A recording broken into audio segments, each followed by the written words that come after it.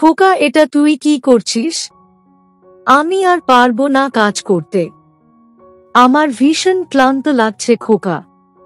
আমার কথাটা শুনে আমার ছেলে মামুন আমার দিকে খানকে অদ্ভুতভাবে তাকালো। আমি আমার ছেলে মামুনের এমন চাহনি দেখে খানেক অবাক হয়ে গেলাম। আমি মামুনের এমন চাহনি দেখে তাকে জিজ্ঞেস করলাম, খোকা, তুই আমার দিকে এমনভাবে তাকিয়ে কেন আছিস? কি হয়েছে খোকা?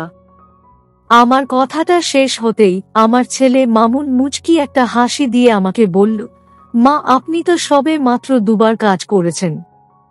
এখনই যদি আপনি ক্লান্ত হয়ে পড়েন তবে কেমন করে হবে? আপনাকে আরো একবার কাজ করতে হবে মা। আমি মামুনের কথাটা শুনে বললাম, না রে খোকা, আমি আজ আর কাজ করতে পারবো না, আমি এখন আসছি। এই বলে আমি আমার ছেলে মামুনের সামনে থেকে উঠে পড়তে নিতেই আচমকা আমার ছেলে মামুন আমাকে খানকে অবাক করে দিয়ে আমাকে, হ্যালো আমার কলিজার বন্ধুরা, কেমন আছো সবাই? প্রতিদিনের মতো আজ আমি তোমাদের মাঝে নতুন একটি ভিডিও নিয়ে হাজির হয়েছি। আজ আমি তোমাদের বলবো আমার নিজের আপন ছেলের সাথে আমার জীবনের আরও একটি অসাধারণ সত্যি গল্প। আমি জানি এমন গল্প হয়তো তোমরা এর আগে কখনো শোনোনি। আমি শতভাগ সিওর হয়ে বলতে পারি আজকের ভিডিওটা দেখার পর তোমাদের জল আসবে। তাই তোমাদের অনুরোধ করছি সম্পূর্ণ ভিডিওটি দেখার। তো বেশি কথা না বলে চলো গল্প ফিরে যাই। আমি জাহানারা মিম। আমি একজন ৩৮ বছর বয়সী বিবাহিত নারী। আমার স্বামীর নাম শফিক। আমার স্বামী শফিক পেশায় একজন চাকুরিজীবী। আমার এক ছেলে সন্তান আছে। আমার ছেলের নাম মামুন। আমার ছেলে মামুন বর্তমানে পড়াশোনা শেষ করে একটা ব্যবসা শুরু করার চেষ্টা করছে। আমি একজন সম্ভ্রান্ত মুসলিম পরিবারের মেয়ে।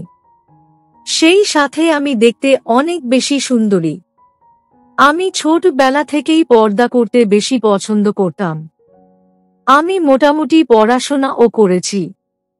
আমি যখন স্কুলের পথ দিয়ে হেঁটে যেতাম তখন আশেপাশে থাকা সকল লোকজন আমার দিকে তাকাতো। রাস্তার লোকেদের আমার দিকে এমনভাবে তাকাতে দেখে আমার ভীষণ ভালো লাগতো। আমি যখন আয়নার সামনে এসে দাঁড়িয়ে নিজেকে দেখতাম তখন নিজের সৌন্দর্য দেখে আমি নিজেই মুগ্ধ হয়ে যেতাম। আমি ছোটবেলা থেকেই ভাবতাম আমার বিয়ের জন্য হয়তো কোনো এক রাজকুমার আসবে, কিন্তু আমার দেখা এই স্বপ্নটা যেন স্বপ্নই থেকে গেল। আমি যখন স্কুল শেষ করে কলেজে উঠব ঠিক তখনই আমার বাবা মা আমার স্বামী শফিকের সাথে আমার বিয়ে ঠিক করে। আমি যেহেতু ছোটবেলা থেকেই আমার বাবা মায়ের সকল কথা মান্য করতাম, তাই এই বিয়ে নিয়ে আমি আমার বাবা মাকে তেমন কিছুই বলিনি। আমার বাবা মা আর অপেক্ষা করেনি। নির্দিষ্ট সময় হয়ে আসতেই আমার সাথে শফিকের বিয়ে হয়ে গেল। আমার স্বামী শফিকের সাথে আমার বিয়ে হয়ে যেতেই আমি আমার স্বামীর বাড়ি চলে আসি। আমার স্বামীর বাড়ি আসতেই আমি খানেক অবাক হয়ে গেলাম। আমি দেখতে পেলাম আমার স্বামী শফিক বিয়ের পর দিন থেকেই আমার থেকে কেমন যেন একটু দূরত্বে থাকার চেষ্টা করছেন। সেই সাথে তিনি আমার সাথে তেমন একটা কথা বলছেন না। আমি যদিও আমার স্বামী শফিককে কখনোই অসম্মান করিনি, তবে কেন তিনি আমার সাথে কথা বলতে চাইছেন না? এই বিষয়টা আমাকে খানিক চিন্তিত করে তুলল। আমি ভাবলাম হয়তো একটু সময় গেলে সব ঠিক হয়ে যাবে। আমিও অপেক্ষা করতে লাগলাম। দেখতে দেখতে আমার বিয়ের 1 বছর পূর্ণ হয়ে গেল। আমার এক ছেলে সন্তান চলে আসলো। আমার ছেলে মামুন আসার পর আমার জীবনটা যেন এক পলকেই বদলে গেল। আমি কখনো কল্পনাও করতে পারিনি যে আমার জীবনটা এমনভাবে বদলে যাবে। আমার ছেলে মামুন আসার পরেও আমার স্বামী শফিকের মাঝে বিন্দুমাত্র পরিবর্তন আসেনি, বরং তিনি সেই আগের মতোই আমার থেকে একটু দূরত্ব বজায় রেখে চলতেন। আমিও এই বিষয়টা নিয়ে তেমন একটা চিন্তা করতাম না, কারণ আমার সকল চিন্তা এখন আমার ছেলে মামুনকে মানুষের মতো মানুষ করার পেছনেই পড়ে আছে। আমি চাইতাম আমার ছেলে মামুন অনেক বেশি পড়াশোনা করে অনেক বড় একজন অফিসার হবে। আমি দিন রাত আমার ছেলে মামুনকে নিয়েই চিন্তা করতাম। আমার ছেলে মামুন ছোটবেলা থেকেই সব সময় আমার কাছেই থাকত। আমার জীবনটা এমনভাবেই চলতে থাকল। তবে আমার ছেলে মামুন যখন স্কুল শেষ করে কলেজে উঠল, তখন থেকেই আমার জীবনটা বদলে গেল। আমি আমার ছেলে মামুনের মাঝে অনেকটা পরিবর্তন দেখতে পাই। আমি দেখতে পাই আমার ছেলে মামুন আজকাল আমার দিকে খানকে অদ্ভুতভাবে তাকায়। সেই সাথে মামুনের কথা বার্তার মাঝে আমি অনেকটা পরিবর্তন খেয়াল করি। আমি ঠিক জানি না যে আমার ছেলে মামুন আচমকাই এমনভাবে বদলে গেল কেন। তবে হ্যাঁ, মামুন আগের থেকে অনেকটা বদলে গেছে। আমি সব সময় আমার ছেলে মামুনকে নিয়েই চিন্তা করতে থাকি। আমার ছেলেটার একটা ভালো ভবিষ্যতের চিন্তা সব সময় আমার মাথায় কাজ করতে থাকত। আমি রোজকার মতো আজ দুপুর হতে যেতেই আমার ছেলে মামুনের বাড়ি ফেরার অপেক্ষা করতে থাকি। আমি প্রায় মিনিট 15 সময় মামুনের জন্য অপেক্ষা করতেই আমার ছেলে মামুন চলে আসলো বাড়িতে। আমার ছেলে মামুন বাড়ি ফিরে আসতেই আমি মামুনকে দেখে মুচকি একটা হাসি দিয়ে তাকে জিজ্ঞেস করি, খোকা, আজ এত লেট হলো কেন বাড়ি ফিরতে? কোথায় ছিলি তুই? আমার প্রশ্নের জবাবে আমার ছেলে মামুন কোনো কথা বলল না। মামুন আমার দিকে এগিয়ে এসে ঠিক আমার পাশে বসে পড়ে আমার হাতে একটা ছোট্ট প্যাকেট দিয়ে বলল, মা, দেখুন তো আপনার এই জিনিসটা পছন্দ হয় কি না। আমি মামুনের কথাটা শুনে খানকে অবাক হয়ে গেলাম। আমার ছেলে মামুন সব সময় আমার জন্য বিভিন্ন উপহার নিয়ে আসে। যদিও আমি তাকে বারণ করেছি সে যেন আমার জন্য এসব উপহার নিয়ে না আসে। তবে কে শোনে কার কথা? আমি মামুনের দিকে তাকিয়ে বললাম, খোকা, তোকে আমি বারণ করেছি তো আমার জন্য কোনো উপহার নিয়ে না আসতে। তবু তুই আমার জন্য এত উপহার কেন নিয়ে আসিস? আমার কথাটা শেষ হতেই আমার ছেলে মামুন আমাকে বলল, মা, আমি আপনার জন্য উপহার নিয়ে আসি বলে কি আপনি আমার উপর অভিমান করেন? আমি মামুনের প্রশ্নের জবাবে বললাম, না তো। তোর উপর আমি কখনো অভিমান করেছি খোকা? আমি আমার একমাত্র ছেলের উপর কখনোই অভিমান করে থাকতে পারি না। আমার কথাটা শেষ হতেই মামুন বলল, তাহলে আমি আপনার জন্য কিছু নিয়ে আসলে আপনি সব সময় আমাকে এত প্রশ্ন করেন কেন? আপনি এখন এই জিনিস ভালো করে দেখে বলুন আপনার পছন্দ হয়েছে কিনা। আমি আমার ছেলে মামুনের কথাটা শুনে হেসে ফেললাম। আমার ছেলে মামুন একদম পাগল একটা ছেলে। সে সব সময় আমার কথা চিন্তা করে থাকে। আর এই কারণেই আমি আমার ছেলে মামুনকে অনেক বেশি স্নেহ করি। আমি মামুনের নিয়ে আসা উপহারটা রেখে দিয়ে মামুনকে বললাম, খোকা, এই উপহারটা অনেক সুন্দর হয়েছে, কিন্তু এখন তুই আর এখানে বসে থাকিস না। তুই গিয়ে ফ্রেশ হয়ে একটু বিশ্রাম নে। আমি আমার কাজটা শেষ করে স্নান করে খাবার দিচ্ছি। মামুন আমার কথা মতো নিজের ঘরের দিকে চলে গেল। আমার ছেলে মামুন আমার সামনে থেকে চলে যেতেই আমি আপন মনে হেসে ফেললাম। আমি মুচকি একটা হাসি দিয়ে উপহারটা নিজের হাতে নিয়ে ঘরে ফিরে আসলাম। বিকেলের দিকে আমি নিজের ঘরে বসে আছি আর আমার ছেলে মামুনের কথা ভাবছি। আমার ছেলে মামুন কখন নিজের পড়াশোনা শেষ করে আমার স্বপ্ন পূরণ করবে, সেটা নিয়েই আমি চিন্তায় আছি। আমি বেশ খানকে সময় বসে থাকার পর আমার স্বামী আমাকে ফোন করল। আমার স্বামীর ফোন আসতেই আমি ফোনটা ধরলাম। আমি ফোনটা ধরতেই আমার স্বামী আমাকে বলল, মিম, আমি আজ বাড়ি ফিরব না। আমার বাড়ি ফিরতে প্রায় 2 দিন সময় লাগবে। তুমি বাড়িতে থেকো। আমি আমার স্বামীর কথাটা শুনে বললাম, আচ্ছা ঠিক আছে, সাবধানে থাকবেন। আমি আমার স্বামীর সাথে কথা বলা শেষ করতেই ফোনটা রেখে দিলাম। আমি ফোনটা রেখে দিতেই আমার ছেলে মামুন আমার ঘরে চলে আসলো। আমার ছেলে মামুন আমার ঘরে আসতেই আমি আমার ছেলে মামুনের দিকে তাকালাম। আমি আমার ছেলে মামুনের মুখের দিকে তাকাতেই বুঝতে পারলাম আমার ছেলে মামুনের মনটা ভালো নেই। আমি মামুনকে ডেকে বললাম, কিরে খোকা, তোর মুখটা এমন ভাবে শুকিয়ে আছে কেন? কি হয়েছে খোকা, বল আমায়। আমার কথাটা শেষ হতেই আমার ছেলে মামুন আমাকে বলল, আমি আর আপনাকে কি বলবো মা, আপনি তো কখনো আপনার মন খারাপের কথা আমাকে বলেন না। আমি কেন আপনাকে আমার মন বিষণ্ণতার কারণ বলবো?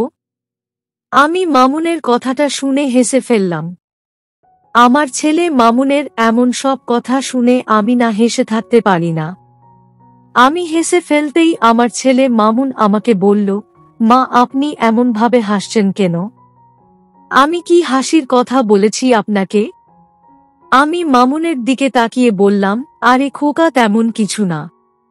আমি অন্য একটা কথা ভেবে হাসছি। আচ্ছা তুই এখানে আয়, আমাকে বল কি হয়েছে।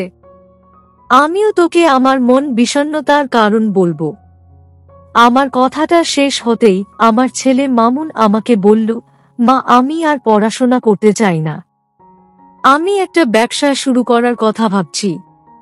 আমি জানি আপনি আমার সকল কাজে আমাকে সাহায্য করেন ও আমাকে সাপোর্ট করেন, তাই আমি এই বিষয়টা আপনাকে বললাম। আমি মামুনের কথাটা শুনে খানকে চিন্তায় পড়ে গেলাম। ছেলেটা এমনভাবে পড়াশোনা করা বন্ধ করে দিবে, সেটা আমি কখনোই আশা করতে পারিনি। আমি আমার ছেলে মামুনের সকল ইচ্ছেকে গুরুত্ব দিয়ে থাকি। তাছাড়া সে আমার একমাত্র সন্তান। আমি আমার একমাত্র সন্তানের কোনো ইচ্ছেকে অপূর্ণ রাখতে পারি না। আমি আপন মনে খানকে সময় চিন্তা করার পর মামুনকে বললাম, আচ্ছা খোকা, ঠিক আছে, তুই যখন একটা ব্যবসা শুরু করার কথা ভাবছিস, তখন আমি আর তোকে বারণ করব না। তুই নিজের ব্যবসা শুরু কর, আমি তোর পাশে আছি। আমার কথাটা শুনে আমার ছেলে মামুন অনেক বেশি খুশি হয়ে গেল। আমার ছেলে মামুন আমার পাশে বসে আমার সাথে গল্প করা শুরু করল। আমিও আমার ছেলে মামুনের সাথে বসে গল্প করছি। মামুনের সাথে বসে গল্প করতে আমার ভীষণ ভালো লাগে। আমি আর আমার ছেলে মামুন প্রায় ঘন্টা খানেক সময় গল্প করলাম। আমি আর আমার ছেলে মামুন প্রায় ঘন্টা খানকে সময় গল্প করার পর মামুন তার ঘরে ফিরে গেল। মামুন আমার ঘর থেকে চলে যাওয়ার পর আমি আপন মনে মামুনের কথা ভাবছি। আজ আমার মনটা কেন যেন ভীষণ রকম অশান্ত হয়ে উঠেছে। আমি কোনোভাবেই নিজের মনকে শান্ত করতে পারছি না। আমি আমার ছেলে মামুনের কথা ভাবতেই আমার জল চলে আসলো। না, এভাবে বসে থাকলে আমার মনটা আরো বেশি অশান্ত হয়ে উঠবে। আমি এখন একটু কাজ করলে আমার মনটা শান্ত হয়ে যাবে। আমি আমার ভাবনা মতো বসা থেকে উঠে পড়ে নিজের ঘরেই কিছু কাজ করতে শুরু করালাম। প্রায় ঘন্টা খানকে সময় কাজ করার পর আমি ফ্রেশ হয়ে নিলাম। আমি ফ্রেশ হয়ে সোজা আমার ছেলে মামুনের ঘরের দিকে চলে গেলাম। আমি আমার ছেলে মামুনের ঘরের সামনে এসে দাঁড়াতেই আমি দেখতে পেলাম আমার ছেলে মামুন তার ঘরে কিছু একটা কাজ করছে। মামুনকে কাজ করতে দেখে বলে উঠলাম, খোকা, তুই এখন ঘরে বসে কি কাজ করছিস? আমার কথাটা শুনে আমার ছেলে মামুন আমার দিকে তাকালো। আমার ছেলে মামুন আমার দিকে তাকিয়ে মুচকি একটা হাসি দিয়ে বলল, মা আমি তো একটু কাজ করছি, আপনি কি আমার সাথে কাজ করবেন? আমি মামুনের কথাটা শুনে খানিক নিশ্চুপ হয়ে গেলাম। আমি বুঝতে পারছি না মামুনকে কি বলবো। মামুনের সাথে কাজ করতে যদিও আমার ইচ্ছে হচ্ছে, কিন্তু কেন যেন আমার মাথায় অন্য এক চিন্তা কাজ করছে। এইদিকে আমাকে নিশ্চুপ দেখে আমার ছেলে মামুন আমার দিকে এগিয়ে আসলো। আমার ছেলে মামুন আমার দিকে এগিয়ে এসে আমাকে বলল, মা চলুন আমার সাথে, আপনি আজ থেকে আমার সাথে কাজ করবেন। আমি আর না করলাম না। আমি আমার ছেলে মামুনের সাথে তার ঘরে গিয়ে কাজ করা শুরু করলাম। প্রায় 2 বার কাজ করার পর আমি খানিক ক্লান্ত হয়ে গেলাম। তবে আমার ছেলে মামুন নিজের কাজ চালিয়ে যাচ্ছে। আমি এবার মামুনকে বললাম, খোকা, এটা তুই কি করছিস? আমি আর পারবো না কাজ করতে। আমার ভীষণ ক্লান্ত লাগছে খোকা। আমার কথাটা শুনে আমার ছেলে মামুন আমার দিকে খানকে অদ্ভুতভাবে তাকালো। আমি আমার ছেলে মামুনের এমন চাহনি দেখে খানিক অবাক হয়ে গেলাম। আমি মামুনের এমন চাহনি দেখে তাকে জিজ্ঞেস করলাম, খোকা, তুই আমার দিকে এমনভাবে তাকিয়ে কেন আছিস? কি হয়েছে খোকা? আমার কথাটা শেষ হতেই আমার ছেলে মামুন মুচকি একটা হাসি দিয়ে আমাকে বলল, মা, আপনি তো সবে মাত্র 2 বার কাজ করেছেন। এখনই যদি আপনি ক্লান্ত হয়ে পড়েন তবে কেমন করে হবে? আপনাকে আরো একবার কাজ করতে হবে মা। আমি মামুনের কথাটা শুনে বললাম, না রে খোকা, আমি আজ আর কাজ করতে পারবো না। আমি এখন আসছি। এই বলে আমি আমার ছেলে মামুনের সামনে থেকে উঠে পড়তে নিতেই আচমকা আমার ছেলে মামুন আমাকে খানকে অবাক করে দিয়ে আমাকে বলল, মা, আপনি আপনার ছেলের কথা রাখবেন না? আমি এবার আর না করতে পারলাম না।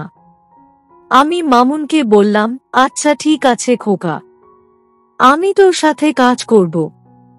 আমার কথাটা শুনে আমার ছেলে মামুন ভীষণ খুশি হয়ে গেল। অতঃপর আর কি, আমি আর আমার ছেলে মামুন আবার একসাথে বসে কাজ করলাম। আমার ছেলে মামুনের সাথে বসে এভাবে কাজ করতে আমার ভীষণ ভালো লাগছে। সত্যি আজ আমি মন থেকে অনেক খুশি। তো বন্ধুরা, এই ছিল আমার নিজের আপন ছেলের সাথে আমার জীবনের একটি সত্যি ঘটনা। তোমাদের কেমন লাগলো আজকের গল্পটা? অবশ্যই কমেন্টে জানাবেন। প্রিয় বন্ধুরা, আজকের ভিডিওটি এখানেই শেষ করলাম। যদি আমাদের ভিডিওটি আপনাদের ভালো লেগে থাকে তবে একটা লাইক করবেন এবং চ্যানেলটি সাবস্ক্রাইব করবেন। আজকের জন্য আপনাদের কাছে বিদায় নিচ্ছি।